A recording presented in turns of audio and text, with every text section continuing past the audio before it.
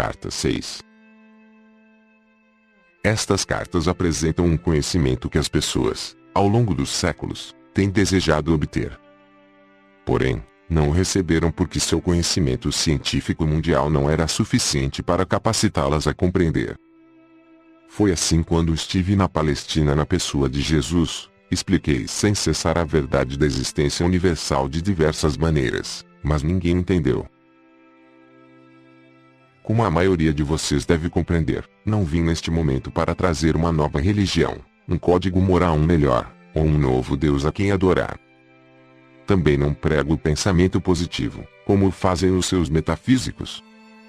O pensamento positivo, da forma que a humanidade o concebe, para magnetizar suas necessidades e desejos humanos e os meios para alcançar suas ambições, simplesmente fortalece o seu impulso egocêntrico.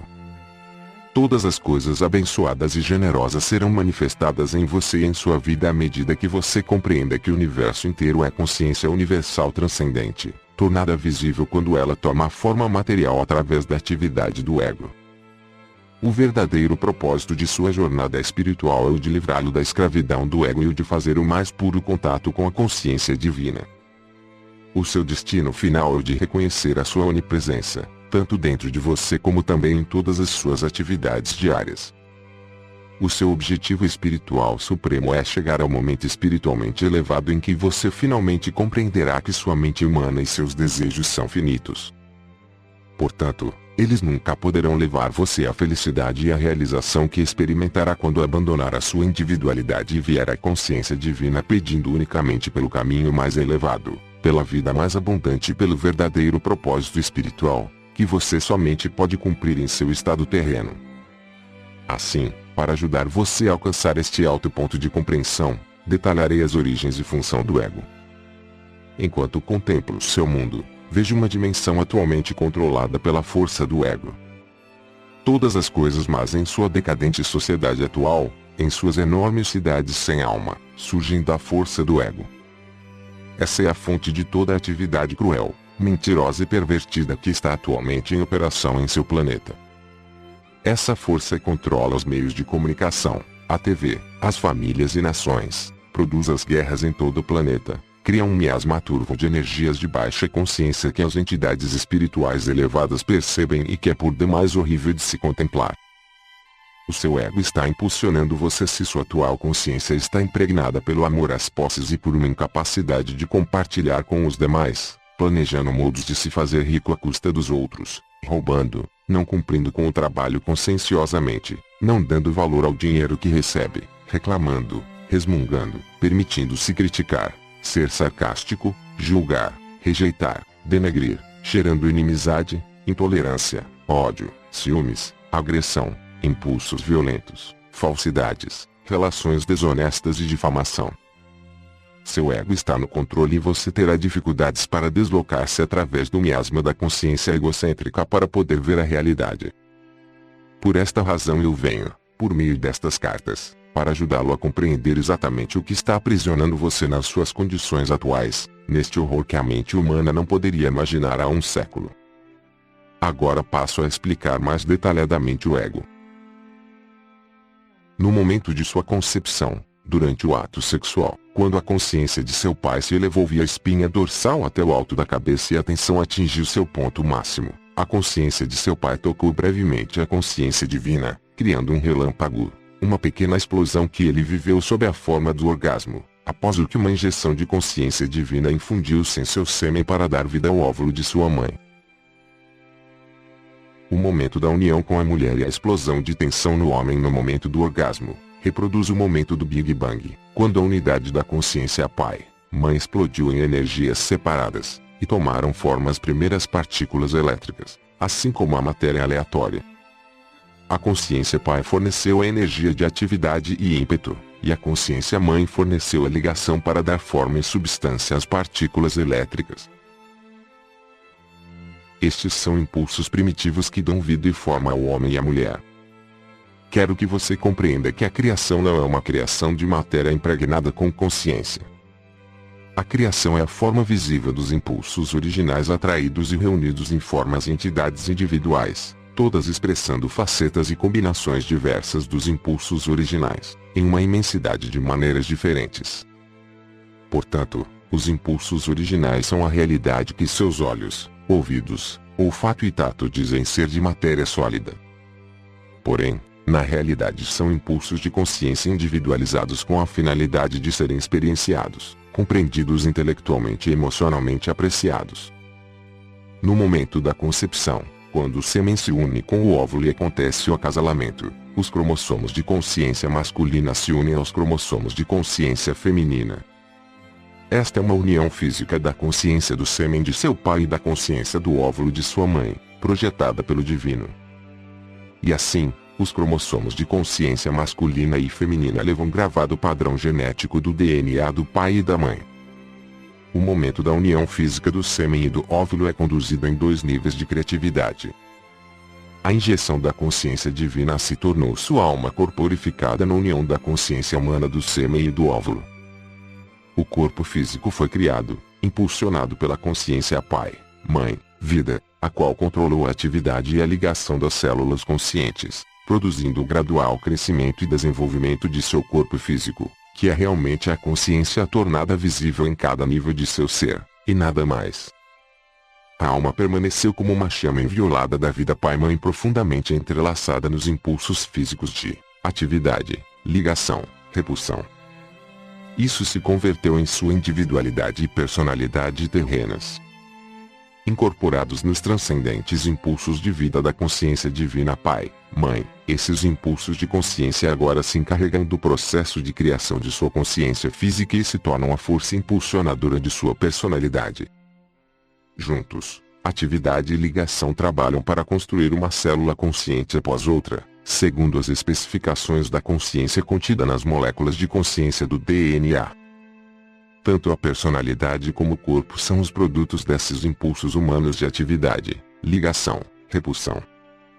Enquanto a consciência universal permanece para sempre em equilíbrio no espaço, e, portanto, imperceptível nesse mesmo espaço, em frequências vibratórias, os impulsos primitivos de atividade, ligação, rejeição trabalham juntos na dimensão visível, aparecendo aos seus sentidos sob a forma de eletromagnetismo.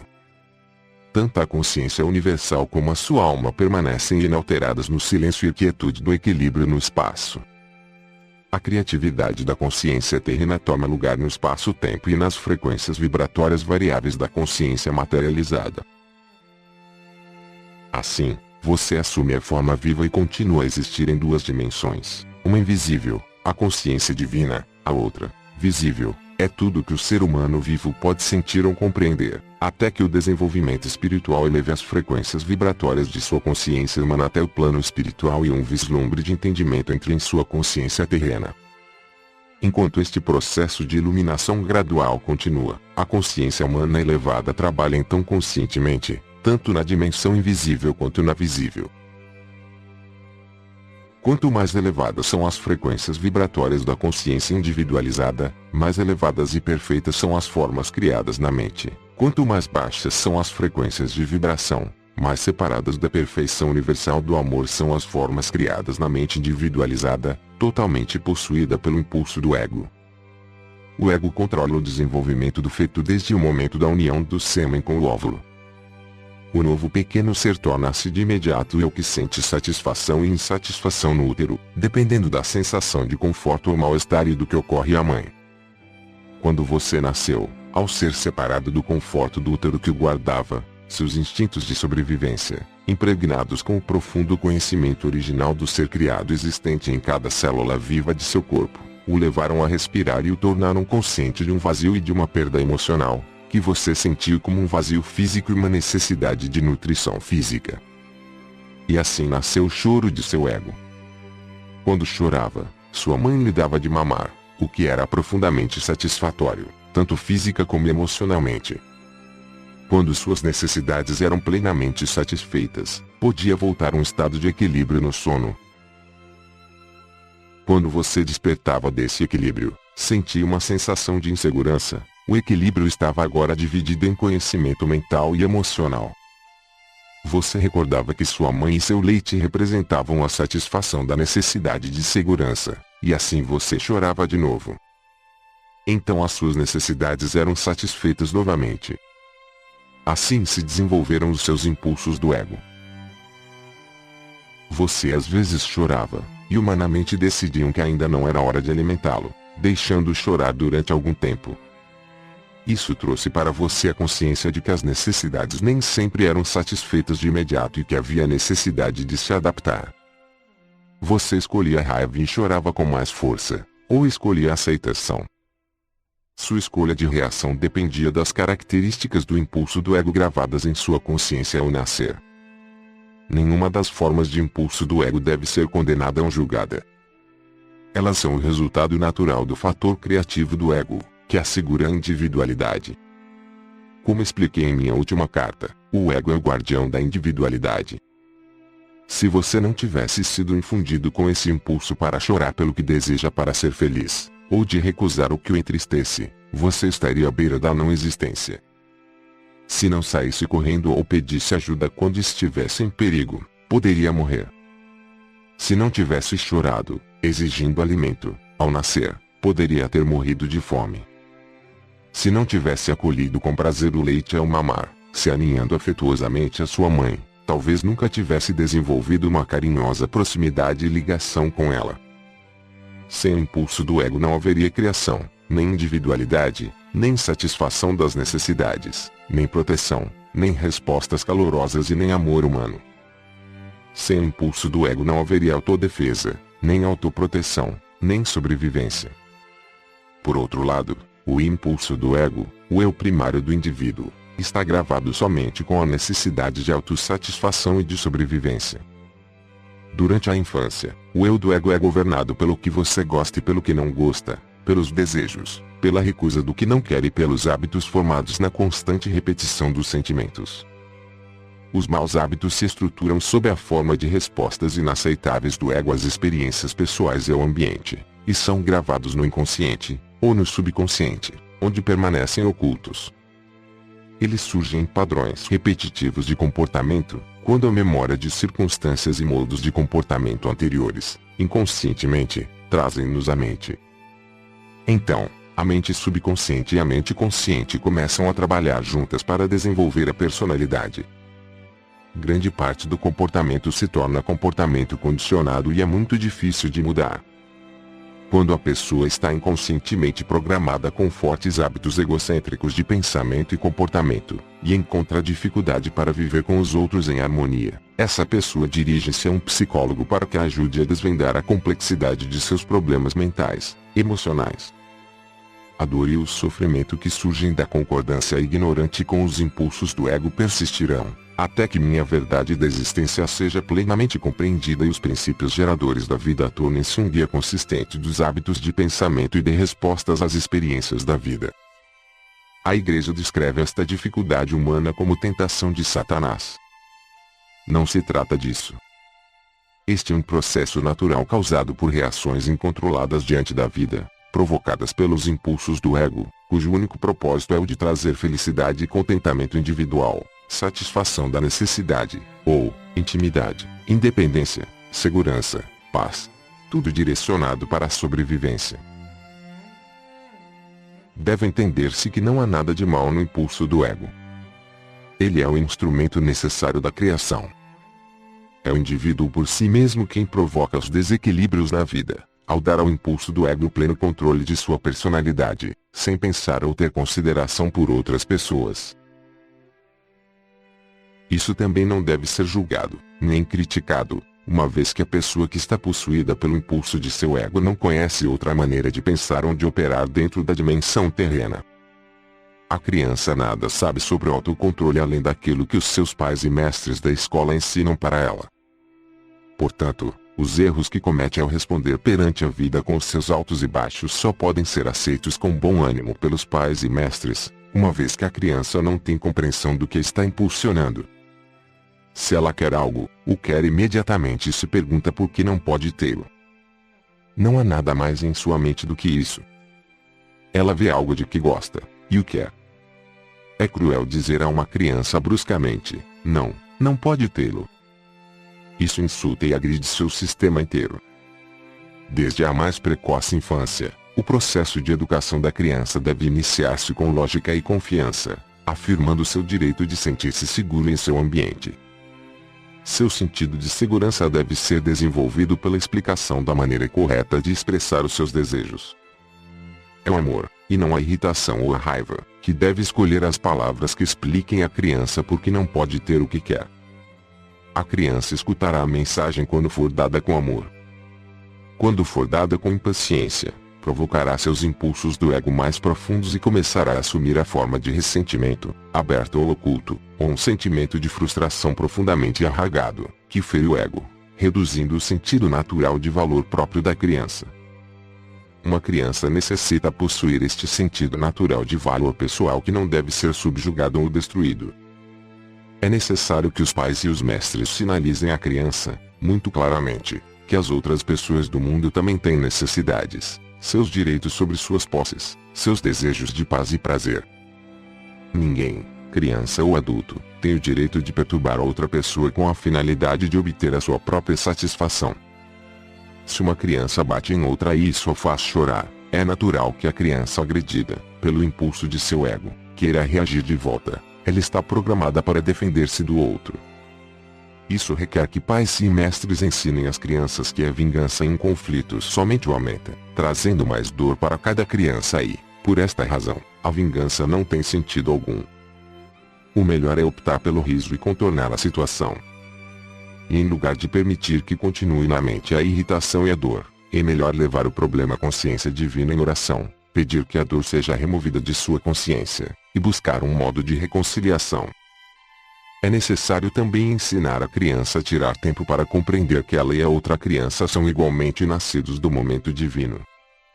Quando uma criança é espiritualmente receptiva, pode converter em hábito o processo de identificar sua afinidade espiritual com as outras crianças e com todo o ser vivo, e reconhecer que os direitos dos demais são iguais aos seus próprios, assim ela terá recebido o maior dom espiritual possível. Desta maneira, enfraquece-se o impulso do ego pela prática e aplicação diária do amor inspirado, enquanto o eu original da criança permanece forte e seguro de si mesmo. Deve-se ensinar à criança os benefícios do riso, que descreverei e explicarei em uma das próximas cartas. Portanto, o ensino qualificado e sensível é absolutamente necessário para levar a criança a considerar os direitos dos demais como iguais aos seus próprios direitos. Esta é a lei espiritual que o deveria predominar no lar e nas escolas. Qualquer outra lei que julgue as circunstâncias é defeituosa e sem equilíbrio. A melhor instrução dependerá, não da vontade do professor e da atitude de porque eu disse e pronto, mas de uma referência sistemática, em cada circunstância, ao amor fraternal e aos direitos iguais para todos. Ao mesmo tempo, uma criança não deveria ser doutrinada no autossacrifício, uma vez que este tipo de cuidado deve ser desejado e originado somente das percepções e objetivos espirituais do indivíduo. O autossacrifício nasce da iluminação espiritual, do seguir um caminho mais elevado, do negar o pequeno eu a fim de eliminar as barreiras do ego que obstruem a capacidade de sintonizar-se com a universalidade da consciência divina. O verdadeiro e iluminado autossacrifício leva a consciência espiritual às alturas da alegria. Não há nenhum tipo de sentimento de perda. Para descrever melhor a realidade da alma e do ego, quero que você junte as mãos, com as pontas dos dedos tocando as pontas dos dedos e os punhos juntos, deixando um espaço entre as mãos em forma de concha. As mãos representam a concha da consciência humana de uma pessoa, o ego. O espaço entre as mãos representa corretamente a alma, nascida da consciência Pai Mãe Vida no momento de sua concepção. Enquanto para os sentidos humanos isto aparenta ser nada, isto é, na realidade, uma ramificação da totalidade e da integridade da consciência divina, da qual todas as coisas criadas se originam. Suas mãos, com espaço no meio, representam o eu. Suas mãos, direita e esquerda, representam duas potentes forças do impulso magnético do ego.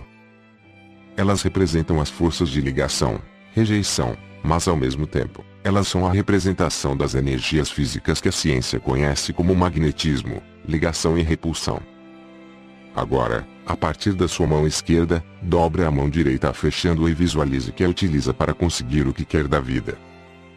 Ela representa, também, o que sua consciência humana percebe como uma atitude ambiciosa perante a vida. Concentre-se neste exercício e observe que sua mão direita representa a força magnética da natureza, o vínculo, a atração, a gravidade evidente em toda a natureza. É a fonte de todo o querer e desejar. É o impulso magnético que está sempre direcionado para conseguir o que seja necessário ou muito desejado e prazeroso na vida. Este impulso magnético tem a intenção espiritual de ser dirigido para os propósitos edificantes, ganhando, sustentando, construindo e alcançando. Se não houvesse outras pessoas ou criaturas vivas no mundo, o impulso magnético poderia ter pleno domínio em uma personalidade e não causaria nenhum dano. É somente quando se tem que levar em consideração as outras pessoas, outros seres vivos, ou suas posses, ou seres queridos de outros, que o incontrolado impulso magnético que atrai, liga, agarra e retém se torna uma doença da personalidade, se não está equilibrado com as necessidades de todos os outros seres vivos. Agora retorne suas mãos à posição original, formando uma concha com a mão esquerda. Então leve sua mão esquerda para trás e visualize que ela representa o impulso magnético de repelir, empurrar, esbofetear ou defender-se de qualquer invasão não autorizada de sua propriedade, ou posses, ou qualquer ataque sobre sua pessoa, família ou trabalho. Esta mão esquerda representa o impulso magnético de rejeição cuja intenção espiritual é a de assegurar privacidade e segurança em sua vida. É uma arma legítima quando sua sobrevivência física ou emocional está em jogo, contanto que você sempre se lembre de que cada ação sua é um padrão eletromagnético de atividade e atração, repulsão em consciência que repercute, e no final se exterioriza, na forma de um ataque similar sobre si mesmo. O aborrecimento pode vir sob a forma de uma crítica por parte de seus pais, professores ou chefe e as palavras de autodefesa que afloram atualmente saem de sua boca são palavras do ego completamente motivadas pela autodefesa, expressando o impulso magnético de repulsão e rejeição. E quando suas palavras egóicas de ataque se incendeiam num discurso irado, assim também o ego de seu rival é igualmente ameaçado e surgem dele ou dela palavras de autodefesa contra você. O que pode ter começado como uma ação adulta necessária, apontando algum erro e uma maneira melhor de atuar, frequentemente é entendida, por um ego sensível e autocentrado, como um ataque pessoal. O que deveria ter sido um instante de crescimento transformou-se em um tempo de conflito, raiva, possíveis lágrimas, ressentimento contínuo e mútua hostilidade. Em situações como essas, inesperadas, rápidas e desnecessárias, se gera um conflito na mente, expressado em palavras, mesmo em ações, que se perpetua através do ressentimento e do ódio. Lembre-se de que cada atividade mental, o pensamento e as reações emocionais de atração e repulsão, são todas energias criativas da consciência. Estas energias da consciência criam as formas desagradáveis que repercutem, desenvolvem a direção do caráter e afetam os relacionamentos em geral e o meio ambiente. E elas reduzem a vitalidade do corpo, conduzindo diretamente a uma sensação de mal-estar físico, a uma infecção viral ou a uma doença crônica. Quando é atacado de algum modo, o caminho mais elevado, um caminho unicamente de repercussões construtivas, é o de recordar que você pode chamar instantaneamente a consciência divina, da qual receberá imediata proteção em qualquer eventualidade. Todavia isso só é possível se você puder ir além do impulso magnético de resistência do ego, com a perfeita segurança de que a consciência divina tem indicado uma de suas necessidades. Agora volte sua mão esquerda para sua posição original, junto à mão direita. Perceba que durante o exercício, o espaço entre as mãos permaneceu espaço. Ele não esteve envolvido em nenhuma atividade de suas mãos. E assim é com sua alma, quando o seu ego está ocupado, segundo após segundo, sempre e para sempre em alerta para realizar as suas necessidades e para defender você de qualquer aborrecimento. A consciência divina de sua alma fica oculta, ainda que esteja sempre em seu interior. Quando estive na terra, falava com as pessoas sobre o reino dos céus. Eu disse que ele estava dentro de cada um. E assim é. É a sua alma. É a morada do equilíbrio da consciência divina, que deu para você o ser como futuro homem ou mulher. Desejo muito poder depositar em sua mente uma visão mais ampla de sua fonte de ser, para que você possa perceber com um pouco mais de clareza o seu começo, de onde você veio. Você também deve compreender que sempre que pronuncio uma palavra para descrever aquele que verdadeiramente não é conhecível, eu mesmo estou nas mais altas frequências infinitesimais de vibração, no limite do grande equilíbrio universal, de onde todas as coisas retiram o seu ser e sua forma. Se eu falar de uma montanha, uma imagem virá à sua mente, porém você não conhecerá a imensidão de sua estrutura, a resistência de sua rocha, os seus barrancos, picos e cavernas, a neve que a cobre a cada inverno, as cascatas caindo em mananciais quando se derretem as geleiras. Para que você tenha um vislumbre da grandeza da montanha, eu teria que entrar em uma descrição detalhada de cada canto e recanto. E mesmo depois da explicação verbal mais detalhada, você teria somente uma imagem mental para sua inspiração. Você ainda não conheceria a montanha. Se eu falar de um furacão, posso trazer à sua mente a imagem das árvores dobrando-se em direção à terra, arqueadas pelos fortes ventos, os muros desmoronando, as vigas quebrando, os ladrilhos e telhados voando, janelas destroçadas, carros virados e grandes árvores arrancadas. Porém, até que o tenha experimentado pessoalmente, você nunca conhecerá a força e o ruído daquele vento, o estrondo da alvenaria caindo e o terror que aquilo gera no coração das pessoas que têm de suportá-lo. E assim é quando tento descrever para você aquele que deu o ser a toda a criação. Você pode apenas imaginar, mas não pode saber. Você começará a ter alguma ideia do que tento explicar somente depois de ter experimentado por si mesmo tudo o que eu disse a respeito. Portanto, não deixe que ninguém que tenha lido minhas cartas discuta com quem quer que seja, ou negue a verdade do que estou ensinando, ou rejeite as minhas palavras, pois eu digo verdadeiramente que vocês não podem conhecer plenamente aquilo que ainda não experimentaram. Apenas aqueles que me seguirem com aceitação e fé na meditação diária, na purificação da consciência e na oração fervorosa, pedindo iluminação, no final obterão vislumbres cada vez mais profundos, e, portanto, experiências, daquilo a que a criação mesma pode dar acesso, a consciência divina. Talvez você se pergunte, qual é a diferença entre a consciência universal e a consciência divina? A consciência universal é o reino universal do espaço, onde ninguém pode entrar ou acessar, uma vez que ele permanece em um estado de equilíbrio e de energia autônoma. A consciência divina é a reunião dos impulsos originais dentro da consciência universal, que foram liberados para converter-se na atividade e na substância da criação no momento do Big Bang. Impulsos se dividiram na explosão e então se reuniram num estado de mútua retenção. Estavam destinados a trabalhar para sempre no reino criado, separadamente, se manifestando como energias, ou em conjunto, retidos em equilíbrio. É somente nesse reino da consciência divina que a ciência pode penetrar. Talvez o parágrafo seguinte explique isso com maior clareza. Consciência universal, personificação dos impulsos universais. Impulso da, impulso do, vontade de criar em mútua retenção com propósito de experienciar a si mesmo. Inteligência em mútua retenção com amor, impulso da, impulso de vontade inteligente em equilíbrio com propósitos amorosos. Tendo dado esta descrição da consciência universal em palavras intelectuais, você não estará mais perto de poder apreciar a sublime magnificência e grandeza do poder, nem da beleza, da alegria, da harmonia, do êxtase contido na cor e som, muito além de sua dimensão.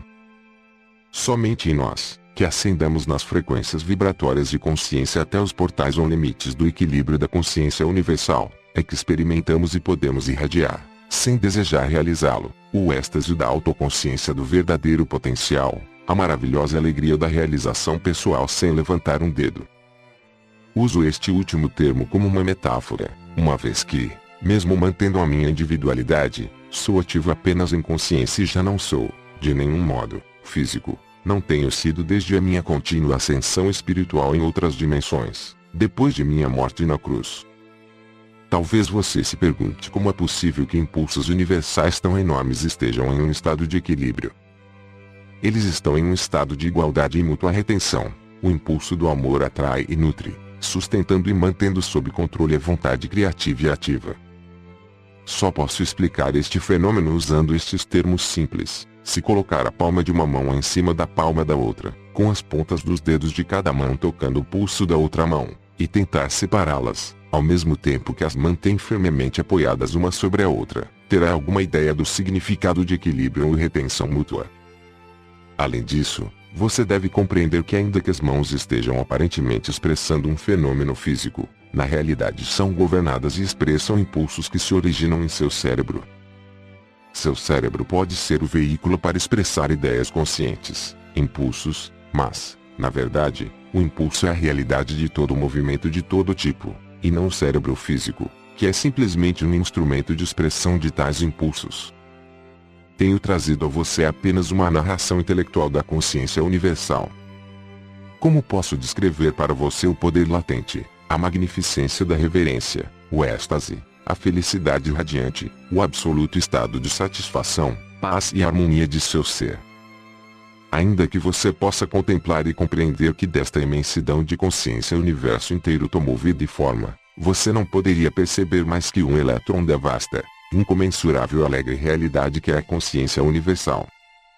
Para compreender integralmente a natureza da criação, as razões pelas quais o ego funciona como o faz e por que as entidades criadas sentem os impulsos que sentem, deves entender que a natureza e a qualidade da consciência universal são alegria radiante, realização, felicidade. Isso é o que eu chamei de o reino dos céus dentro de você, dentro de sua alma, dentro dos recessos mais profundos de sua psique, que é o intermediário entre o esplendor de sua alma e a sombra do próprio ego.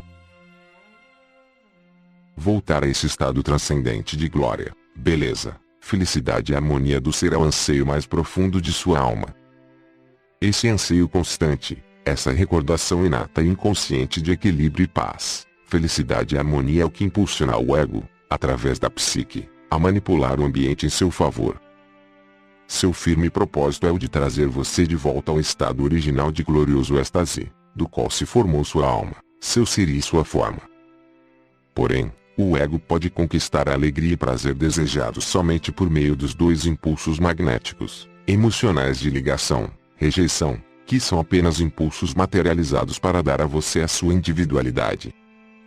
Portanto, o anseio inato de reunir-se à fonte do ser se experimenta nos parâmetros eletromagnéticos do pensamento e do sentimento como mais e mais daquilo que deu a você uma sensação prazerosa anteriormente. Mais amigos, casas, carros, roupas, etc. Cada vez que o mais é conquistado, isso provoca uma pequena sensação de satisfação, talvez uma exibição perante os vizinhos para enaltecer a felicidade. Marca-se um ponto e tem-se um pouco mais de satisfação, e logo a novidade passa, a nova posse se torna trivial, os sentidos se acalmam novamente, em equilíbrio, e começa o cansaço mental, a rotina se torna monótona e aborrecida. Para gerar um pouco de vida, o ego encontra outro objetivo a ser alcançado, para proporcionar excitação e prazer. E assim, a vida é uma perseguição sem fim de satisfações pessoais de diversos tipos, deixando a alma oculta, mal nutrida, insatisfeita, ainda ansiando por algo mais. Mas o que é que o meu eu mais profundo está desejando? Você se pergunta em desespero. Quando uma pessoa consegue entender a verdadeira fonte de seu vazio e de seu contínuo anseio interior de ter mais daquilo que me fez sentir bem antes, e começa a meditar para fazer contato com aquele que lhe deu o ser, um pouco de equilíbrio divino se filtra através da consciência humana. O vazio começa a diminuir. Se, de fato, tal pessoa vislumbra algo do eterno e do verdadeiro objetivo da vida, o desejo de mais posses acabará por morrer de morte natural. O desejo por mais posses será gradativamente substituído por uma sincera apreciação do que já tem e um sentido de contentamento constante. Através das experiências e intervenções milagrosas ou das atividades da consciência divina em sua vida diária, a consciência humana se eleva enormemente e aprende que suas necessidades diárias são satisfeitas da melhor maneira. Aumenta-se a fé e a alegria se intensifica. Por isso tenho dito, não vim para ensinar você a pensar positivamente para atrair ao seu redor as coisas que quer e necessita. Vim expressamente para levá-lo de volta ao reino dos céus. Entretanto, não é somente por desejar mais posses, que sua alma se encontra presa em sua morada secreta. O ego também utiliza o impulso emocional magnético de repelir, rejeitar para assegurar sua individualidade, privacidade e segurança. Esse impulso assume diversas formas projetadas para dar uma sensação de superioridade, ou elitismo, que o protege de pessoas que você considera indesejáveis, ou que tenham menor posição social que você. Esse impulso egocêntrico é praticado continuamente e acredita-se que é perfeitamente aceitável, mesmo nas igrejas. A verdade é, quando a alma começar a ganhar um pouco de controle sobre o impulso do ego, ela repreenderá a personalidade humana por seu egoísmo e exclusividade. Ela exigirá da psique adotar o amor incondicional e a crença na universalidade e na unicidade de todas as pessoas, não importando quem sejam. Quem sabe, agora, você possa entender mais facilmente como e por que a criação de sua individualidade, por meio do ego, formou a grande cápsula dos impulsos físicos, que produziu e encerrou sua consciência humana, criando tanto sua forma física como sua personalidade humana. Uma vez que governa sua mente e emoções, pensamentos e sentimentos, ela impede você de fazer contato com a fonte de sua vida e com sua alma. Seu verdadeiro propósito na vida é alcançar o domínio do seu ego, estendendo seu pensamento e sentimento para aquele que você percebe estar por trás da criação, pedindo continuamente por iluminação. Este é o primeiro passo que uma pessoa deve dar em direção àquele glorioso momento em que fará contato com o divino e, em seguida, prosseguir, através de uma contínua purificação do impulso do ego, até o retorno a esse estado celestial onde nasceu sua alma e de onde procede a sua individualidade. E como se deu a criação da individualidade? Como disse antes, a consciência universal alcançou o ponto máximo de mútua retenção e houve uma explosão que separou e dividiu o impulso da vontade criativa do impulso de propósitos amorosos, os quais se separaram e se fizeram ativos na criação como Pai inteligência, Mãe amor, vistos como eletricidade, magnetismo, ligação, repulsão, vida, reunidos em equilíbrio como consciência divina. Vida, portanto, o mundo visível, longe de ser sólido e matéria imponderável, na realidade é mente, atividade trabalhando sempre em conjunto com o emocional, magnético, ligação, repulsão. Também conhecido como atração, ligação. Pai inteligência, eletricidade física e mãe amor, físico, magnético, ligação, rejeição, juntos produziram um filho, o ego. Este impulso de individualidade nasceu e tomou forma consistente e inalterável dentro das energias da criação, para assegurar que as várias forças elétricas expressas como prótons e elétrons e o resto do grupo de partículas descobertas com excitação pela ciência não escapassem voando ininterruptamente em um distante estado sem forma, mas que fossem contidas e controladas pelo impulso magnético, ligação, rejeição da mãe amor, para chegar à manifestação de uma forma. A ciência talvez conteste os parágrafos anteriores, uma vez que ela tem se esforçado bastante para descrever os vários processos de ligação, aplicando diversos termos às energias de ligação. A ciência é bem-vinda para nomear as energias de ligação ou atração com a terminologia que desejar, porém permanece o fato de que essas energias tomaram forma do grandioso e primordial impulso da Mãe Amor, cuja função primordial de consciência é a de dar forma à individualidade. O impulso do Pai Vida Inteligente fornece o ímpeto elétrico para a criação. O impulso da Mãe Propósito Amoroso proporciona a ligação para reter o ímpeto elétrico e colocá-lo sob controle na individualidade.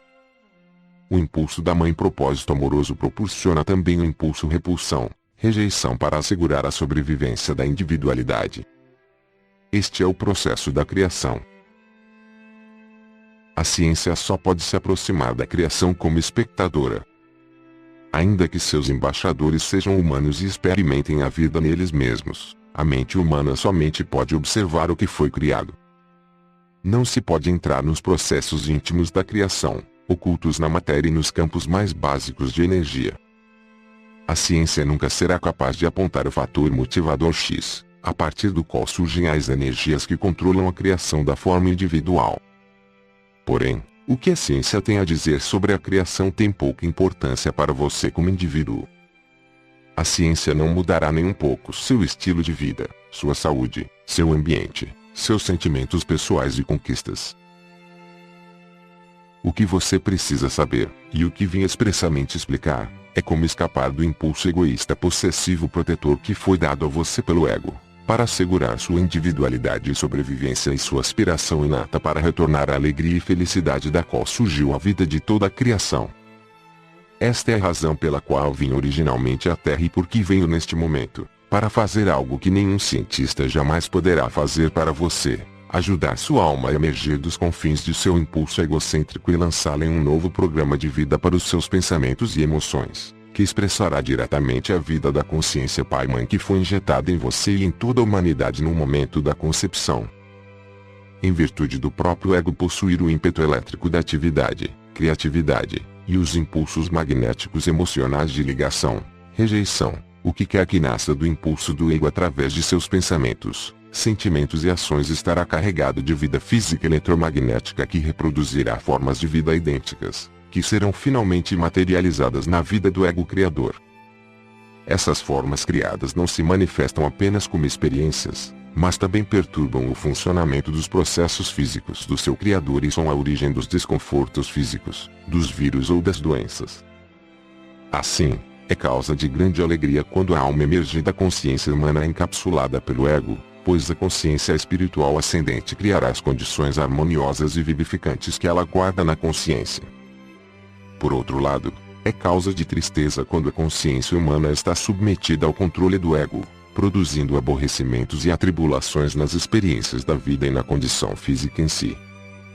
Portanto, digo, se você não gosta de seu mundo, tem o poder dentro de si para mudar as suas condições de existência, exatamente onde você está, se tiver a fé e a vontade constante para fazê-lo.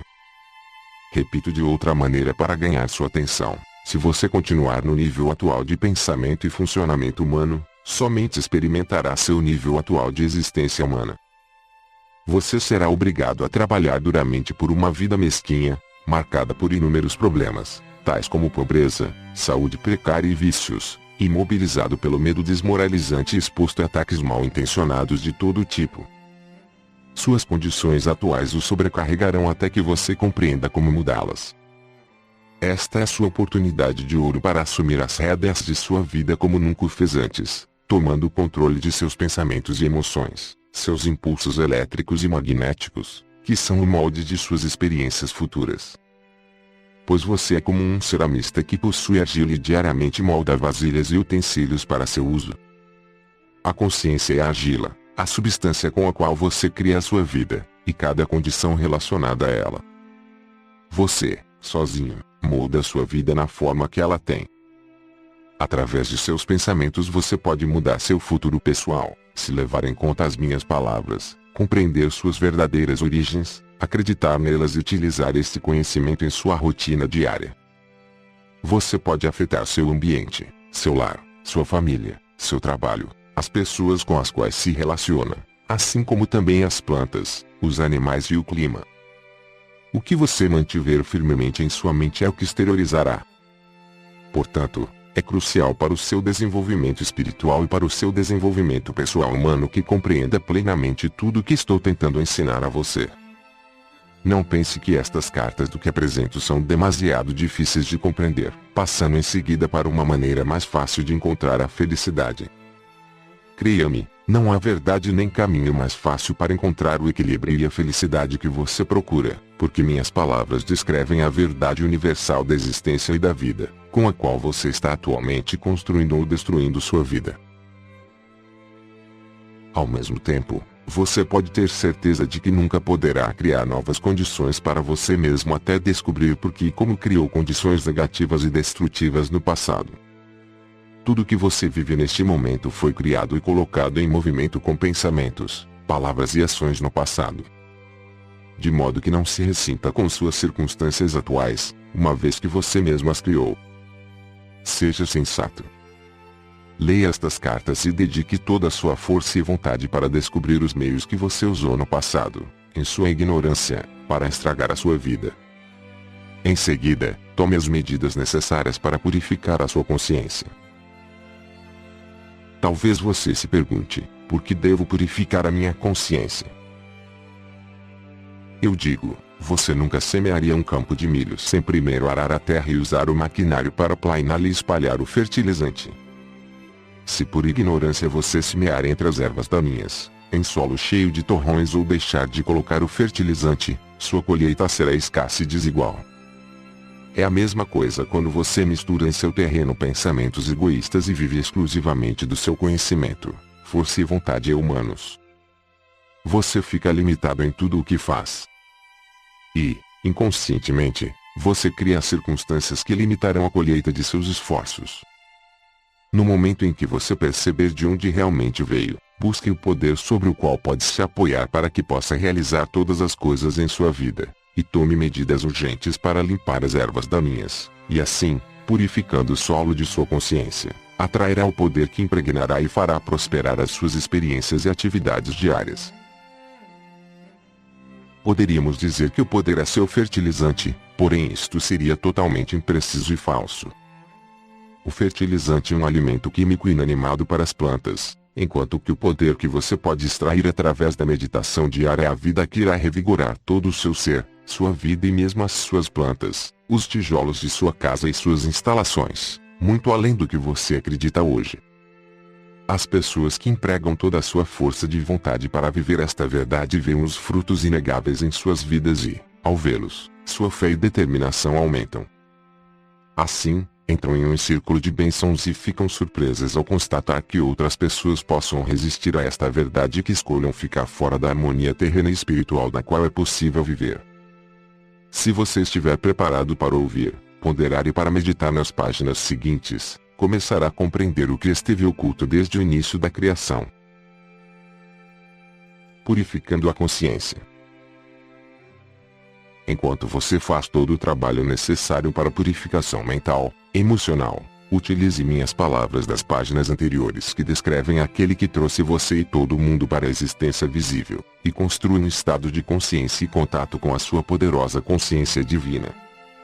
Desse contato virá a inspiração e a força para efetuar a purificação mais rapidamente. Enquanto acontece a purificação, você experimentará uma nova felicidade e realização em cada faceta de sua vida. Você também receberá instruções inspiradas para a sua vida diária, seja durante a meditação ou como um raio de luz em sua mente quando está em paz e pensando em algum assunto rotineiro. Se não descartar ou rejeitar estas instruções e segui-las, fiel e cuidadosamente, estará dando seus primeiros passos para converter-se, finalmente, em um grande semeador e colhedor de ideias criativas de muito êxito em seu ambiente. Tudo que estiver conectado com você florescerá e prosperará. Tudo responderá e o abençoará com nova vida. Se você se disciplinar em meditar diariamente com dedicação inalterável, finalmente começará a sentir uma resposta e influxo daquele que lhe deu o ser, e as palavras que você utiliza ganharão um novo sentido. Elas serão preenchidas com a vida universal. Você ficará cheio de alegria e extremamente contente, porque então saberá que o poder é real, ativo em sua mente e em sua vida. Você começará a contar, cada vez com mais confiança, com o poder que começa a manifestar-se em seus assuntos. Você vai querer atrair outros para o seu estado de harmonia abençoada, pois os outros notarão e farão perguntas a você. Você estará experimentando um novo amor fraternal e vai querer compartilhar com os demais o que o faz feliz. Nunca será demasiado insistir nesta verdade, a necessidade de meditar, uma vez que muitas pessoas deixam a busca e a autodisciplina da escuta diária, antes de ter purificado sua consciência totalmente e de ter chegado a esse estado de purificação interior tão necessário para estabelecer um perfeito contato com a consciência universal, a fonte de seu ser. Quando você faz contato, coisas que parecem milagres acontecem.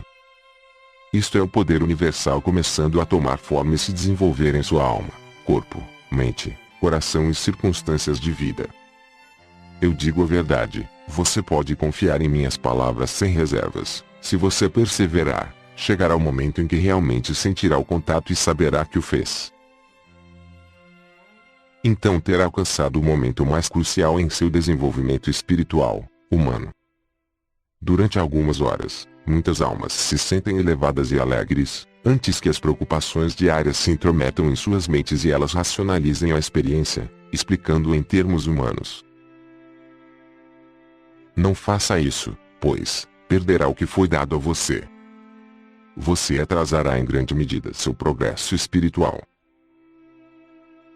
Se você lê estas palavras e tem medo de acreditar nelas, ou acredita que são insensatas, ou sente que perderá o prestígio se acreditar nelas, estará produzindo uma forma criativa em sua consciência, que negará qualquer resposta construtiva que você poderia ter tido originalmente, ao ler esta carta. Então, eu digo, aprecie seus momentos de fé, conserve os seus momentos especiais de contato com aquele que lhe deu o ser, acredite neles e guarde-os firmemente em sua consciência e gradualmente você elevará a sua consciência espiritual às alturas, até uma grande visão interior e uma grande alegria. Eu repito, não deixem estas cartas de lado. Não posso insistir o bastante na necessidade de pensar nelas, recordar o que dizem. Se não as recorda, volte a lê-las outra vez e outra vez, até que tenham ficado gravadas em sua consciência. Quanto mais você meditar nelas diariamente, mais elas ficarão claras em sua mente e terão um significado cada vez maior para você. No final, verá que elas se tornaram como alimento e bebida para você, construindo sua moral e aumentando sua determinação, para ajudá-lo a transformar as suas condições atuais em um estado de harmonia, amplos crescimento, prosperidade e paz. Grande será sua inspiração e alegria quando você se der conta de que a imensidão daquele que lhe deu o ser é um poder radiante, de êxtase sublime, que está além de sua capacidade de sonho e imaginação, é a realidade. Ele é a fonte do ser, a fonte de tudo que você vê em seu mundo vivo natural e em muitos níveis de existência que estão além daquele no qual você habita atualmente. Quando estiver recebendo abundantemente a consciência divina em sua mente, em você mesmo, em cada faceta de sua existência, então começará a ver a enorme diferença. Você voltará a rememorar os momentos de estresse e infelicidade e verá que, gradualmente, as limitações de sua vida terão dado lugar a grandes bênçãos. Isto se torna um processo contínuo em sua vida. Mantenha seu coração firme, verdadeiramente sou eu, o Cristo, quem está chegando a você e ao mundo através deste canal e destas cartas. Quero deixar especialmente gravada em sua mente a maneira como tenho feito declarações nas páginas anteriores para elevar seus pensamentos a um nível mais alto de consciência, descrevendo os benefícios que você tem ao trabalhar para elevar sua consciência, desfazendo-se das tendências negativas mencionadas no início desta carta. Quero que você compreenda inteiramente que vim somente para ajudá-lo a desfazer-se dos pensamentos e emoções indesejáveis, impulsionados pelo ego, que atualmente controlam sua mente. Também estou aqui expressamente para encorajá-lo e ajudá-lo, sim, para ajudá-lo, a desenvolver em sua mente e coração todos os pensamentos e emoções baseados no amor, que o colocam em harmonia com a consciência divina. O meu propósito mais urgente e amoroso é o de tirar você das sombras da existência nas quais atualmente habita, e levá-lo para o sol da iluminação espiritual que espera por você quando controlar os impulsos do ego, e torná-lo unificado com sua alma e o Pai, Mãe, Vida, entrando na harmonia do amor incondicional para todos. Portanto, eu repetirei a lista de características negativas expostas nas primeiras páginas desta carta. Quero que as leia com cuidado e que observe suas próprias reações e sentimentos, conforme as passa vagarosamente em revista: a crítica, o sarcasmo, o julgar, o denegrir, o gerar inimizades, a intolerância, o ódio, os ciúmes, a agressão, os impulsos violentos, os roubos, as falsidades, as relações desonestas, a difamação. Como começar a desfazer-se de qualquer destas distorções, que você sabe que são parte de sua consciência? Não se envergonhe demais ao olhá-las, uma vez que você é um ser humano e nasceu sob a influência destas características do ego. Assim, não tenha medo nem fique excessivamente desencorajado ao enfrentá-las. Dê o primeiro passo com total honestidade, e anote-as em uma folha de papel. O segundo passo é pegar o papel, deitar e colocá-lo sobre o peito. Feche os olhos e recorra em pensamento à realidade divina, a fonte de seu ser que, você já deve compreender agora, é seu procriador amoroso, seu verdadeiro Pai, Mãe espiritual, que irradia generosamente de maneira contínua e consistente, amor incondicional de Pai, Mãe. Dê a você um tempo para aquietar sua mente até que sinta que está se movendo além de sua própria consciência. Peça ajuda com fé sincera e espere uma resposta imediata, uma vez que está operando em consciência, para tirar, dissolver e superar os falsos e desnecessários impulsos de rejeição, próprios do ego, em todos os dias no futuro.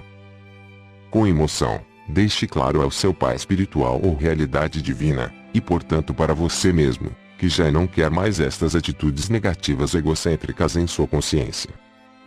Peça inspiração e poder para esforçar-se em evitá-las ou negá-las, deste dia em diante. Ao fazer isto, você está criando uma nova forma de consciência, que agora começa a infiltrar-se e a substituir sua consciência atual. Sua intenção torna-se agora a sua realidade. As antigas características negativas que estão escritas em seu papel e foram levadas a seu Pai espiritual, agora estão no limbo de rejeição da sua consciência. Esta rejeição consciente também é o meio pelo qual você atrai o poder divino à sua consciência, para ajudar você a fortalecer sua resolução e para recordá-lo de descartar qualquer impulso que possa trazer à tona novamente as características rejeitadas. Portanto, como provavelmente você percebe, a rendição e a meditação colocam em movimento um trabalho invisível na consciência, o qual será possivelmente inconsciente até que mais tarde você se dê conta de que as características desapareceram. Eu sinceramente desejo que você realize várias vezes esta meditação, utilizando o papel com as suas características. Cada vez que o fizer, atrairá outra injeção de poder do Pai, Mãe, Vida Consciência, para o seu propósito de superar e eliminar as forças e formas indesejadas de consciência.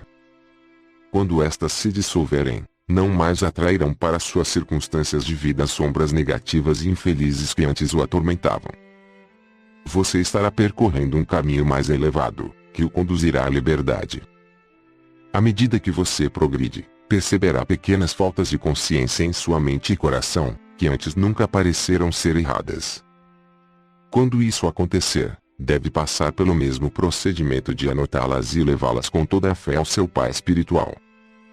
Agora, há ainda uma coisa que você deve fazer para completar esta reconstrução de sua consciência.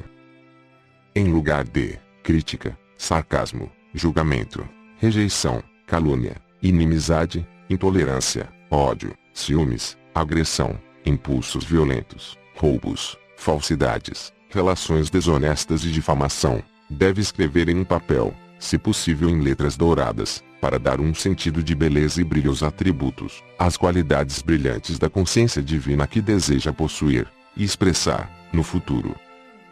Para estar em perfeita harmonia com sua realidade divina, seu Pai espiritual, cada atributo será alicerçado no amor incondicional e promoverá o bem mais elevado de todos. Pois você já não buscará humilhar os outros para sentir-se maior e mais seguro de si mesmo. Sua consciência inteira estará voltada para a afirmação dos outros e para a construção de tudo que estiver ao seu alcance. Você buscará nutrir, alimentar, ensinar, proteger, manter e satisfazer as necessidades dos outros e buscará amorosamente estabelecer ordem no caos das ações insensatas. Tendo escrito suas aspirações douradas na folha de papel, de novo deite-se e recorra à sua realidade divina, pedindo que os impulsos preciosos se estendam gradativamente pela sua mente e coração e que se tornem a sua própria consciência. Quando isto ocorrer, sua alma será como um pintinho, bicando e bicando até romper a casca do ovo, para sair para o enorme e maravilhoso mundo e reunir-se com a mãe galinha, que espera pacientemente que seu filhinho a encontre. Isso é o que ocorre comigo e com todas as outras almas crísticas. Nós esperamos, observamos e ajudamos as pessoas que anseiam conhecer a causa do vazio de seu espírito, que dedicam seus corações para transcender as ocupações terrenas, aqueles cujas mentes estão sendo atraídas para propósitos mais elevados na vida que sonham em entrar em perfeita sintonia com as suas próprias almas e com a fonte divina do ser. Ansiamos amorosamente por estes viajantes espirituais, mais do que eles próprios possam suspeitar. Isso significa que esperamos amorosamente por você, que está lendo esta carta. Quando você estiver novamente reunido com a fonte de seu ser, terá alcançado seus verdadeiros propósitos na Terra. Terá cumprido sua verdadeira missão na eternidade. E então, deixe sua vida real começar. Você terá entrado no reino dos céus. Não direi a você que qualidades escrever para estabelecer a sua nova consciência. Estas devem vir de suas mais altas e melhores percepções atuais. Estude novamente a natureza divina da consciência divina, que percebi tão claramente no deserto e que relatei na carta 1. Deixe que esta natureza divina se torne a sua própria natureza. Quero que saiba que quando você empreender esta viagem com real sinceridade, estarei ao seu lado em cada ocasião. É meu mais querido desejo que você saiba que estou com você e que estou enviando apoio e força em sua busca para unificar-se com sua realidade divina. Sobre o cristianismo. Agora passo a falar de assuntos mais terrenos. Enquanto lê as páginas seguintes, observe o que ocorre com o seu humor ou seu sentimento de bem-estar. Este é um exercício para reconhecer o que acontece na consciência, enquanto mudam os seus pensamentos e você utiliza um novo conjunto de palavras. Por favor, leia as próximas páginas com muito cuidado, seja você um cristão praticante ou não, e resista se você tiver uma forte tentação de saltá-las. Anote suas respostas, ideias, sentimentos, e sobretudo, qualquer mudança de sentimento, seja de depressão ou de prazer. Anote o número da página onde as palavras começarem a melhorar seu ânimo e a levá-lo para um plano superior de paz e felicidade. Este é um exercício dos mais importantes. Se não o fizer, você continuará lendo a respeito da consciência sempre, porém nunca alcançará uma profunda compreensão do que é a energia básica da sua existência, da matéria, do corpo e do ambiente, dos acontecimentos de sua vida, de seu humor e de suas aspirações espirituais. Você não chegará a compreender que a consciência é a totalidade, tudo em sua existência e experiência, até que observe como as ideias e opiniões podem elevar ou baixar as frequências vibratórias de sua consciência. Desejo que você se torne consciente das palavras que utiliza em sua vida diária, a qualidade de vida que elas criam para você e o impacto que elas causam sobre os outros, elevando os seus ânimos em paz e alegria ou deixando-os deprimidos e esgotados. Além disso, é minha sincera intenção alcançar aqueles de vocês que atualmente estão vinculados à religião cristã, que estão lutando com condicionamento religioso passado ou presente e encontram dificuldades para se livrar de suas percepções dos dogmas, a fim de se moverem livremente nas frequências vibratórias mais finas de um conhecimento espiritual superior. Talvez você tenha medo de ser condenado simplesmente por ler estas páginas. Ainda assim, elas o atraem fortemente e você sente intuitivamente que está lendo sobre a verdade da existência, que não foi ensinada por seus líderes religiosos. Você está dividido entre sua necessidade imperiosa de conhecer a verdade e o temor de desgostar a Deus, seja qual for a forma pela qual o percebe na atualidade. Eu, o Cristo, estou muito consciente da angústia que estas cartas causam a muitas pessoas sinceras e desejo conduzi-las além de sua inquietude, até a perfeita paz mental e alegria. Por esta razão, é absolutamente necessário primeiro analisar as suas crenças atuais e as origens das doutrinas da Igreja, antes de continuar ensinando a você a mais profunda verdade a respeito da natureza do universal e da própria natureza do homem. Para compreender completamente as origens da doutrina cristã, você deve voltar no tempo até o começo do judaísmo, e aí encontrar as racionalizações da mente humana, que lutava para definir em palavras o que sentia intuitivamente que era a provável fonte do ser. Você, que está lutando para livrar-se dos mitos passados e crenças errôneas, deve agora por si mesmo alcançar a clara percepção, e compreender a fundamental diferença entre a crença da Igreja e a verdade da existência que estou presentemente tentando explicar. Enquanto não puder discriminar a origem e a forma de suas crenças atuais, você não será capaz de liberar-se completamente das ilusões de seu condicionamento religioso passado. Você terá um pé aqui, outro lá, uma posição perigosa para se estar. Esse estado mental provocará um grande conflito e poderá levá-lo a abandonar a busca e voltar às antigas formas religiosas, cômodas e emocionalmente seguras, mas que não levam você a lugar algum. Portanto, tenha cuidado, e não se deixe intimidar pelas ameaças de desgostar a Deus e outras condenações do mesmo gênero. As origens da crença em uma superdivindade individual. Começaremos com uma descrição das origens da crença em Deus, um nome que tem significado muitas coisas diferentes para a humanidade. Esta crença começou quando os antigos hebreus caminharam pelos desertos e se perguntaram sobre as origens da criação. Imaginaram que de alguma maneira, a fonte da criação deveria seguramente ser um super-humano, o homem, Deus, invisível e muito superior à terra e à humanidade. Alguns dos profetas antigos estavam misticamente conscientes de que a fonte da criação estava difusa e presente, de alguma maneira, em toda a criação e que ela existia também na dimensão eterna, porém este misticismo não estava disponível para a mente humana comum. Você deve compreender que apesar da aparente realidade, em sua mente, de tal Deus, originária de suas leituras da Bíblia, ninguém jamais vislumbrou tal super-humano, homem-deus em nenhuma forma, exceto, quem sabe, Moisés, que afirmava tê-lo visto em um arbusto ardente, e que disse que ele se descreveu como eu sou o que sou. Tudo o que se sabe deste Deus super-humano, é derivado das leituras de descrições pitorescas de Deus, dadas pelos profetas durante sua permanência na Terra. O fato de que os religiosos se voltam apenas aos antigos para citar sua verdade, uma vez que eles não podem acreditar que Deus é verdadeiramente real, eterno e igualmente capaz de falar com as pessoas nos dias atuais desta era, mostra o quanto são ilusórias as crenças religiosas. Seus líderes religiosos têm pânico de qualquer crença que não combine com as antigas. Eles nunca consideram, ou têm medo de considerar, que talvez o conhecimento espiritual dentro da dimensão terrena seja evolutivo.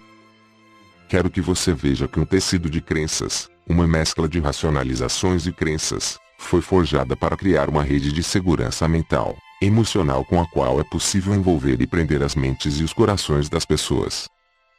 Tudo o que se ensina às pessoas na fé cristã é baseado na emoção e se origina no ouvir dizer, derivações de antigas narrações de minha vida e morte na Terra.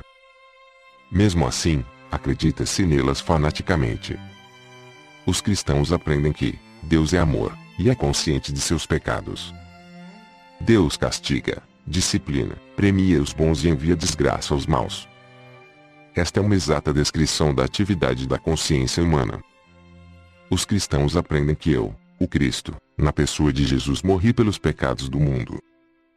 Fui o Cordeiro de Deus sem mancha, sacrificado para pagar o preço dos pecados humanos. Eu fiz o supremo sacrifício de mim mesmo para cumprir essa estranha façanha de pagar pelos pecados através dos tempos. Eu novamente entrei em meu corpo, depois da morte pela crucificação e apareci muitas vezes em meu corpo para confortar e ensinar a meus discípulos enlutados. Eu até ingeri comida durante minhas aparições. Após 40 dias, elevei-me fora da vista de meus discípulos, alçando meu corpo aos céus. Como perguntei na carta 3, o que eu faria com um corpo humano no céu, na vida mais além? Eu disse em minha última ceia que meus discípulos deveriam recordar aquela última refeição com eles, partindo o pão e passando um a um e que deveriam beber da mesma taça de vinho e recordar que meu corpo foi crucificado e meu sangue derramado para trazer a eles a verdade do ser. Entretanto, esse evento se converteu em uma estranha crença, na qual com pompa e cerimônia no altar, meu corpo é transferido às hóstias que os fiéis devem engolir com a devida reverência. Meu corpo. Que bem faria meu corpo, espiritualizado ou não, para aqueles que comunguem. Você percebe como a mente pode ser condicionada a aceitar bobagens ilógicas, que perduram há 2000 anos porque têm sido sustentadas por uma grande hierarquia de papas e cardeais, vivendo em palácios, imensamente ricos e mantidos com grande pompa terrena, em cerimônias prestigiosas. Eu quero que você conheça a verdade sobre aquela fatídica noite, a que chamam de minha última ceia. Para maior clareza, ainda que seja doloroso fazê-lo, desci em minhas frequências vibratórias de consciência, para entrar diretamente na recordação consciente de meus pensamentos e sentimentos, durante a última refeição com meus discípulos. Ainda que eu fosse um homem forte, iluminado e seguro de que tinha um destino a cumprir que não poderia evitar, não queria evitar, estava profundamente triste ao começar a refeição, a ceia da Páscoa. Meus discípulos tinham sido meus amigos e tinham ficado ao meu lado em algumas circunstâncias difíceis. Eu estava sofrendo por ter que deixá-los e temeroso por seu bem-estar. O que aconteceria a eles ao ficarem sozinhos, sem a minha orientação e proteção? Dependiam de mim mais do que percebiam. Recordei meus anos ensinando as pessoas. Senti uma profunda sensação de ironia ao recordar a minha volta do deserto. Estava sujo, descuidado, porém literalmente possuído por uma alegre solicitude para com os meus semelhantes e intensamente entusiasmado porque poderia colocá-los no bom caminho, introduzir em suas mentes a verdade sobre a existência, mostrar como superar os seus temores, suas doenças, pobreza e miséria. Eu iria conquistar o mundo. Porém, como tinha sido diferente o resultado. Logo estaria pendurado em uma cruz. Era verdade, entretanto, que eu tinha alcançado muito êxito. Refleti sobre os momentos de cura e aceitação alegre das pessoas ao Pai amoroso. Eu podia compreender por que o sumo sacerdote e o conselho me odiavam.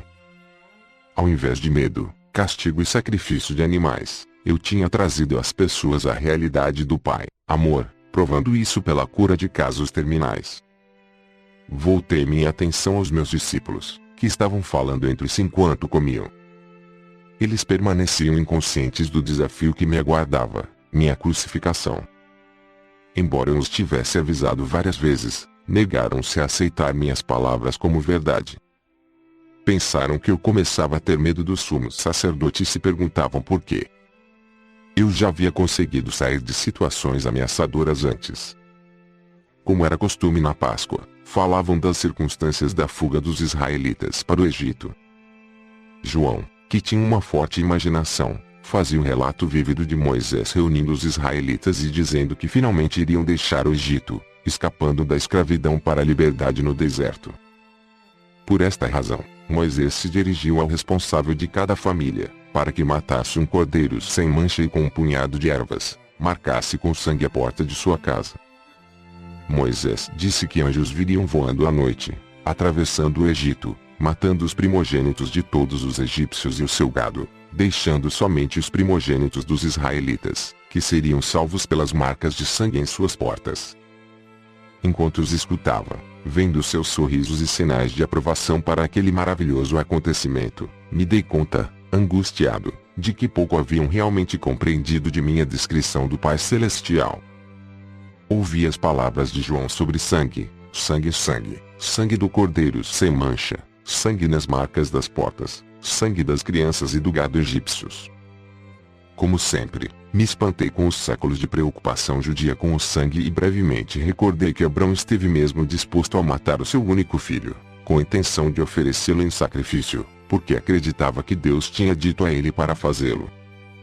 E logo pensei nos sacrifícios diários de animais no templo. Para mim, todo o conceito de fazer correr sangue como forma de pagar pelo pecado, era completamente repulsivo. Porém, fiquei calado e não discuti com os homens. Percebi que suas mentes estavam cheias daquelas tradições, tão sólidas e duras como pedra. Esta foi nossa última refeição juntos, em volta da mesa. Deveria ser um momento de paz entre nós e uma despedida amorosa. Era duplamente importante para meus discípulos, porque a Páscoa era um acontecimento muito sagrado para suas mentes judias e isso eu teria que aceitar com um espírito de amor e compreensão. Antes daquela noite, eu não havia celebrado a Páscoa, uma vez que a tradição me desgostava. Preferia subir as colinas tranquilamente, para meditar, deixando meus discípulos celebrarem a Páscoa com suas famílias.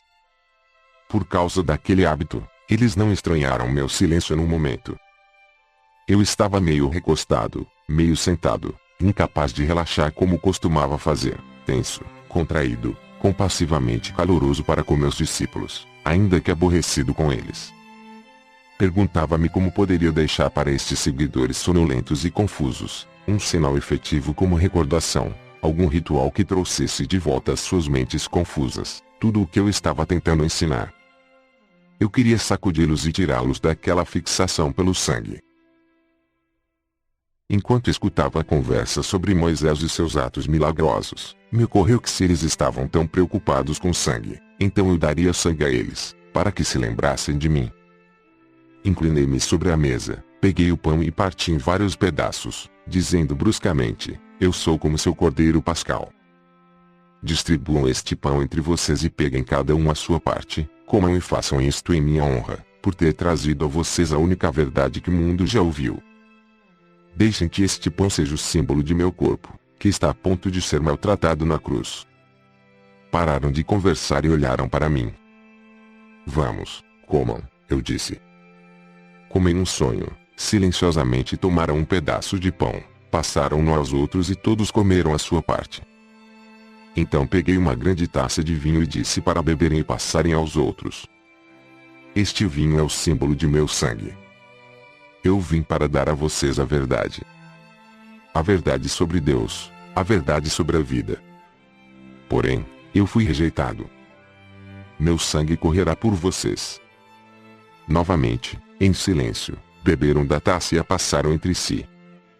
Suas faces estavam tensas, mas não disseram nada. Era óbvio que todos estavam comovidos pelas minhas palavras, que não agradava a eles. Eu sabia que Judas tinha recebido dinheiro para apontar-me aos soldados do sumo sacerdote, quando o momento chegasse. Também sabia que a noite da Páscoa seria aquele momento. Então disse a Judas, vá logo e faça o que tem que fazer. Judas me olhou longamente e via a dor e indecisão em seus olhos. Ele estava repensando o assunto, porém o meu tempo havia chegado e eu queria terminá-lo de uma vez. Vá, disse com dureza. Judas levantou-se e saiu da sala. Os discípulos ficaram surpresos pela maneira como eu falava e perguntaram o que Judas iria fazer. Vai dizer ao sumo sacerdote onde me encontrar. Vão crucificar-me, exatamente como eu falei para vocês. Observei, com certo cinismo doloroso, as expressões de seus rostos, dúvida, sobressalto, terror. Logo, brotou uma torrente de perguntas ressentidas. O que iria acontecer a eles? Eles tinham deixado suas casas e famílias por mim. Se eu fosse crucificado como um delinquente comum, eles perderiam uma vida de liberdade e segurança. Eu então disse que iria me abandonar. Com veemência negaram tal coisa, mas o fizeram. Estava demasiado cansado para discutir com eles. Eu tinha me tornado tão forte, tão seguro no conhecimento de que o Pai estava em mim, e comigo, a todo instante, que eu podia me dar ao luxo de perdoar a deslealdade deles. E, ao final de tudo isso, seria liberado de meu corpo e poderia ascender aos reinos de luz, que eu tinha frequentemente sentido, mas nunca visto em plenitude com a visão terrena. Era um pensamento que me trazia profundo consolo e uma feliz sensação de expectativa. Então sorri para eles e disse, é bom que tenham feito o que pedi, em lembrança de mim e de minha morte, que está por vir. Continuem partindo pão e bebendo vinho juntos, recordando que sempre os amarei e que ficarei com vocês em espírito, até que se reúnam comigo aonde vou. Não tenham medo, vocês serão guiados, serão inspirados, serão fortalecidos e falarei claramente com vocês. A minha única advertência é esta, no futuro, muito do que tenho ensinado a vocês será esquecido. Muito do que disse será descartado pelo pensamento humano, ou distorcido pelos mitos humanos. Logo houve pânico e um clamor, como será isso? Sorri e levantei as mãos, falo do que acontecerá em um futuro distante. Enquanto isso sejam fiéis a tudo o que ensinei e não duvidem de nada do que eu disse. Chegou então a hora de ir ao Monte das Oliveiras, o lugar onde os soldados do sumo sacerdote iriam me buscar. Meus discípulos queriam ainda me fazer perguntas, porém eu tinha chegado ao fim do meu discurso para os homens.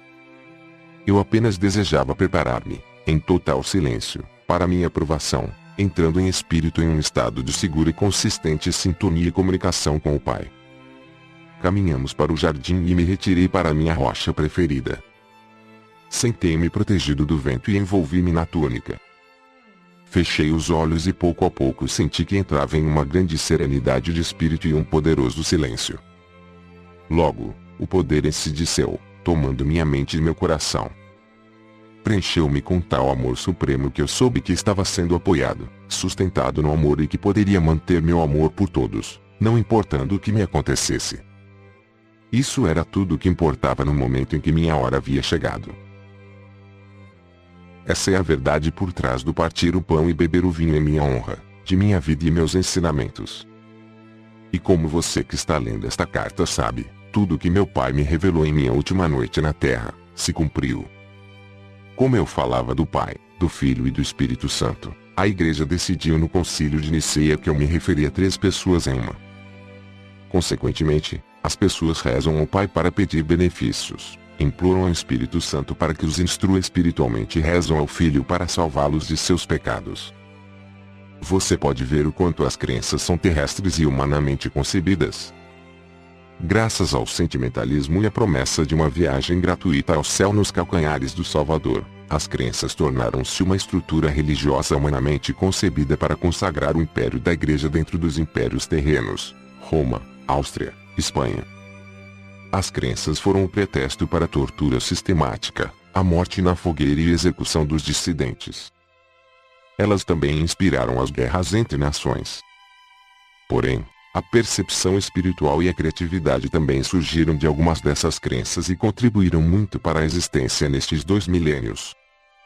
Essas crenças motivaram a construção de catedrais e igrejas, monastérios e conventos, dando às pessoas um propósito estável, a habilidade de expressar seus dotes artísticos e fornecendo trabalho para os menos talentosos. Elas também permitiram a milhões de consciências acessarem os reinos mais elevados de belos pensamentos e amor. Além disso, foram um ímpeto por trás do misticismo e iluminação das almas espirituais que chegaram a ver a realidade que estava oculta por trás das crenças. Enquanto tudo isso se passava, as crenças também criaram as condições para o desenvolvimento de hierarquias de superioridade religiosa com imensa pompa e riqueza. Estes são edifícios criados com os impulsos do ego, concebidos pelo ser humano e, portanto, totalmente falsos de um ponto de vista espiritual. A verdade em relação ao pecado. É preciso compreender que, ao longo dos séculos, as pessoas sentiram que certas facetas do comportamento humano eram prejudiciais para o bem-estar dos outros. Elas tinham testemunhado assassinatos, roubos de mulheres e de bens alheios, causas de grande dor e sofrimento para a comunidade, tornando a vida difícil, às vezes intolerável. Concluiu-se então que, com certeza, aqueles comportamentos deviam ser contrários à vontade daquele que chamavam Deus. Assim, deram àqueles comportamentos o nome de pecado e os definiram como sendo o mal. Finalmente, os profetas concluíram que tal comportamento aberrante devia originar-se de uma força malévola, oposta a Deus, e a chamaram de Satanás. As pessoas ameaçaram e castigaram umas às outras, na crença de que os pecados eram maus e de que seu Deus castigaria os homens pelas maldades contra os outros. Até hoje se pratica esse comportamento nas igrejas. Os líderes religiosos tentam controlar as pessoas pelo medo. O conceito de pecado contra Jeová, o eterno e infinitamente poderoso Criador, era um hábil e poderoso método de controle das pessoas. As crenças da igreja são uma trágica farsa de tudo o que tentei ensinar às pessoas na Palestina. Moisés foi o primeiro que consagrou a crença no pecado e no castigo, na forma dos 10 mandamentos. Moisés disse que Deus deu a ele os 10 mandamentos e que, se os israelitas os desrespeitassem, teriam que sofrer o castigo. Em alguns casos, isso significava a morte por apedrejamento. E ensinou que, se desrespeitassem as leis, estariam pecando contra seu Deus. A verdade exata é que Moisés foi ao monte para rezar, pedindo um meio para controlar os israelitas rebeldes. Em resposta àquela oração, recebeu por inspiração os 10 mandamentos, dados a ele para ajudá-lo em sua tarefa de dirigir os israelitas, sem perigo, em sua jornada no deserto, com o menor grau de confusão. Religiosos aceitam e creem de todo o coração em um Deus que, segundo dizem, instruiu Moisés a engajar-se em comportamentos agressivos e massacres, ao conquistar a terra prometida. Esta era uma terra bela e produtiva que foi arrancada sem piedade de um povo trabalhador, assassinado aos milhares. Isso foi considerado como a coisa certa a fazer, uma vez que Deus tinha prometido para eles uma terra bela na qual se estabeleceriam.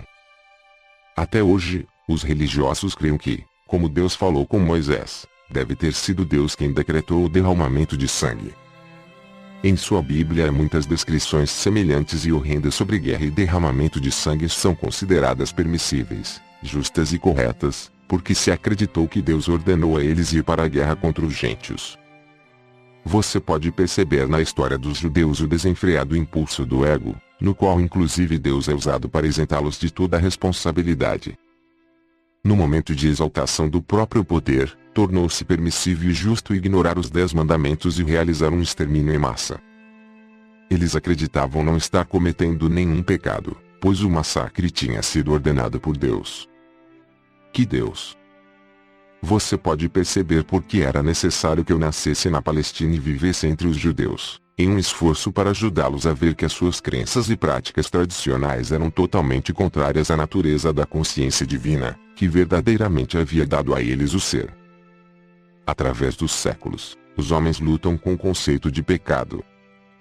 Muitas pessoas sinceras ficam aflitas com a maneira pela qual ofendem a Deus e rezam pedindo o seu perdão.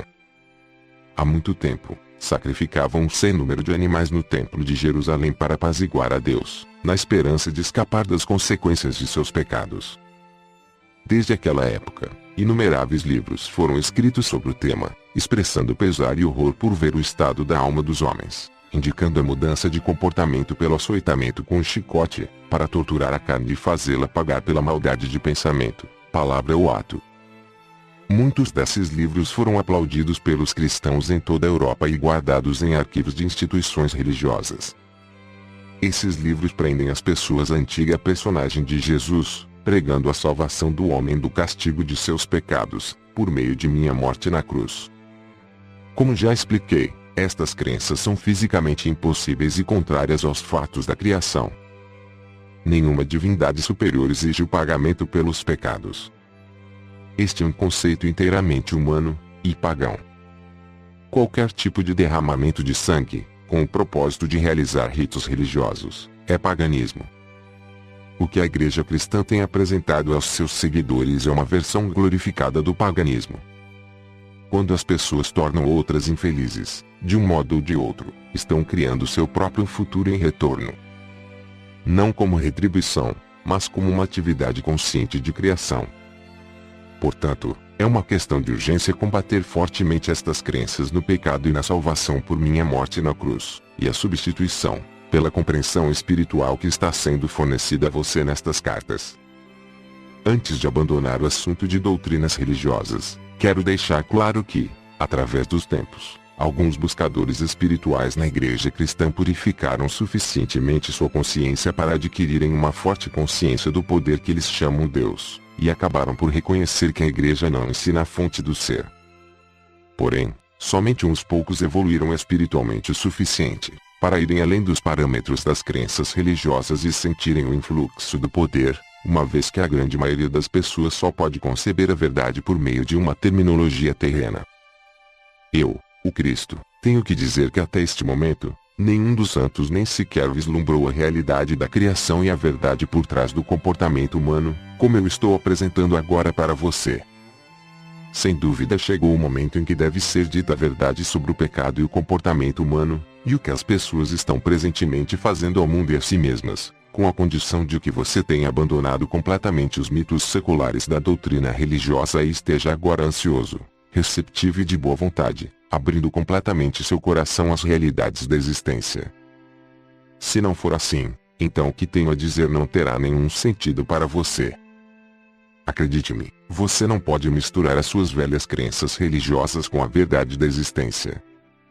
Se tentar fazê-lo, pode estar seguro de que não estará vendo a verdade, mas apenas a sua própria adaptação do que pensa que aprendeu com estas páginas. Se você continua a busca pela verdade da existência, mas permanece em um estado de divisão de convicção, pode continuar a buscar, mas com um grande custo para si, despedaçado pela indecisão, pelo medo e por uma contínua incapacidade de perceber o verdadeiro significado do novo ensinamento. Suas percepções e evolução serão parcialmente obscurecidas por mensagens originárias do antigo condicionamento de sua mente consciente e subconsciente. Talvez você não perceba a enormidade de tal problema neste momento, porém é um problema enorme porque as suas profundas crenças atuais são a sua verdade atual, sobre a qual você constrói a sua vida. Elas são a sua realidade. Suas convicções e crenças fortemente enraizadas podem ser completamente ilusórias, porém se você crê inteiramente nelas em seu subconsciente, elas se tornam absolutamente reais para você. Mesmo que estas novas ideias que contradizem as suas crenças possam chamar a sua atenção, a sua consciência estará dividida e trará a você tremendo mal-estar e angústia. Lembre-se, a sua consciência é o tecido com o qual você elabora a sua vida. Este tecido de consciência é a base de cada resposta sua, para cada coisa que ocorre em sua vida mental, emocional e física. Sua consciência é a sua realidade. Esta afirmação pode expressar-se de duas maneiras e ambas são a verdade de sua existência. Sua consciência cria a sua realidade, sem distinção de quais sejam os feitos de sua vida terrena. Quando as pessoas acreditavam que a Terra era plana, tinham medo de aventurarem-se demasiado longe nos oceanos, pois temiam que o barco caísse pelas bordas. As pessoas que acreditavam em uma Terra plana viviam segundo essa crença. Quando Galileu disse que a Terra era redonda, foi considerado um herege, porém sua percepção da circularidade da Terra permitiu que os marinheiros adquirissem uma nova visão no mundo e empreendessem viagens para descobrir o que havia do outro lado do oceano. Foi necessária uma mudança de suas crenças para tornar isso possível. Você está em uma situação semelhante com respeito a estas cartas. Aqueles que as desprezam e as ridicularizam são como as pessoas que acreditavam em uma terra plana e que tinham medo de cair pelas bordas, se navegassem demasiado longe de seu ambiente conhecido. Seus horizontes são seriamente limitados por suas falsas crenças. Assim, os horizontes daqueles que creem que o mundo é sólido também são severamente restritos. Dia após dia, lamentam e se afligem pelas desgraças que desabam sobre o mundo, crendo que não existe nenhuma escapatória.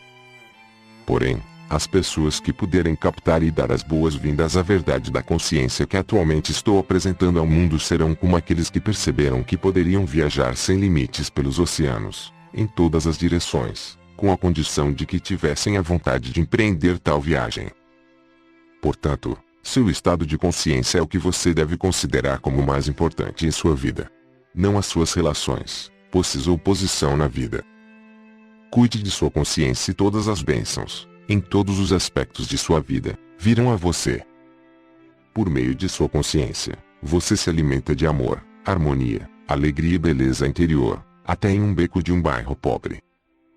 Com tal consciência, você será removido das ruas do bairro pobre para um ambiente mais compatível com seu estado interior. É assim que se sai de circunstâncias desagradáveis. Com base em tudo o que foi dito, você deveria agora ser capaz de ver que somente você cria a qualidade de seu mundo interno, esteja em uma prisão ou no comando de um navio. E pode melhorar seu ambiente, irradiando sobre ele a força da vida que anime o seu pensamento. E mais uma vez, sua consciência é a sua realidade, não o seu marido ou esposa, filhos, lar, jardim, posses, títulos, lugar de trabalho ou amigos. Pois, seja qual for o lugar que as pessoas e suas posses ocuparem em sua consciência, bom ou mal, esse lugar é apenas a sua percepção pessoal sobre eles. A realidade dessas pessoas não é verdadeiramente conhecida por ninguém. Ninguém tem acesso à bondade inata oculta em um caráter aparentemente negativo. E também ninguém pode suspeitar dos impulsos e desejos ocultos de um ser humano aparentemente bom. Sua vida externa se apoia apenas em sua consciência. Ela não cria ou determina, nem pode fazê-lo, suas respostas conscientes. Você é o criador de suas respostas. Seu tipo de criação depende inteiramente de suas mais profundas percepções e crenças a propósito da existência. Além do mais, você pode, a qualquer momento, escolher desmantelar gradualmente o seu antigo mundo interior, com a finalidade de criar um reino interior mais harmonioso de amor crescente, vitalidade e alegria, ainda que os seus objetos exteriores, pessoas ou posses, continuem sendo os mesmos. O poder espiritual do tecido de sua consciência irradiará para o exterior e será absorvido pelas pessoas, plantas, tijolos e cimento, por tudo que o cerca nas imediações. Ocorrerão mudanças e melhorias claras em tudo o que está no seu ambiente. Este é seu destino nesta vida, ou em vidas futuras, chegar a esta plena e completa realização. Quando isto acontecer, você colocará o pé no caminho da maestria de si mesmo e então gradualmente avançará para tornar-se um verdadeiro mestre de seu mundo de consciência humana, interpenetrado e assistido pela consciência divina. Eu, o Cristo, recomendo a você esta carta. eu pus na plena posse de alguns dos fatos importantes da criação, que permitirão que você transcenda o ego, o guardião de sua individualidade, e volte à universalidade do ser, da qual você realmente veio. Você tem em suas mãos os meios pelos quais pode entrar no amor, alegria e realização pessoal incondicionais. Lembre-se de que eu disse a você que anseio pelo progresso do viajante espiritual. Enquanto avança pelo caminho que tracei para você, haverá momentos de confirmação de que estou de fato com você em sua jornada. Você o verá, conserve sua fé nisso. Em todo momento, eu o sustentarei no amor divino, pois sou o amor divino em ação. Acredite nisso, e encontre descanso em minha consciência que o envolve. Fim da carta 6. Se gostou do conteúdo dessa carta, convidamos você a ouvir a carta 7. Acesse na internet www.cartasdecristobrasil.com.br. Somos profundamente gratos ao Pai, Mãe, Vida, pelo auxílio na produção deste audiolivro.